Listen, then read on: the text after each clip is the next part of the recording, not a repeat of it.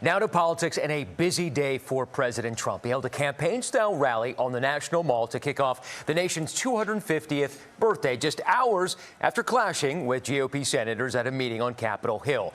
Ed O'Keefe is at the White House. Hey, Ed, good morning. We heard that there was some yelling at that meeting. Yeah, Matt, good morning. The president is so insistent on passing a bill fellow Republicans say doesn't have the votes that he blew up plans to celebrate a big bipartisan win.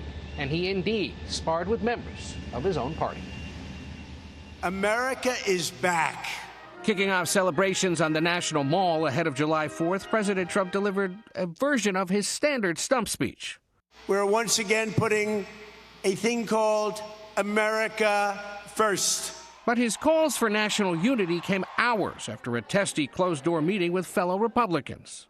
The president closed by preaching unity, but he spent the entire hour talking about things which were not exactly unifying.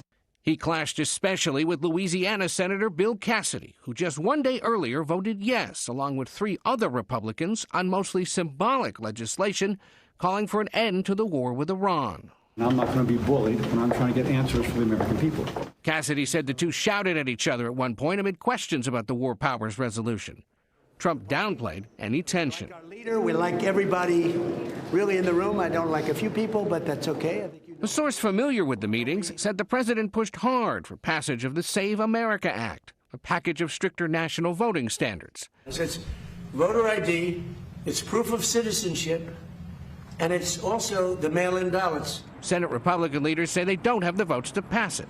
But the president wants it so badly, he postponed signing a bipartisan housing bill passed this week, one he also considers a big election year priority. We want homes for people, not for corporations. Corporations are doing just fine. Now, late last night, the Senate voted on a separate, also symbolic War Powers resolution, but this one didn't pass. Senator Cassidy and those other Republicans voted against it. Cassidy also said he received a briefing on Iran from Vice President J.D. Vance and other officials last night. Now, as for the fate of the housing bill, House Speaker Mike Johnson set to be here at the White House today to discuss it with the president. Matt? Ed, and I understand that you've got some new reporting on developments in the government's investigation into these alleged acts of vandalism at the reflecting pool.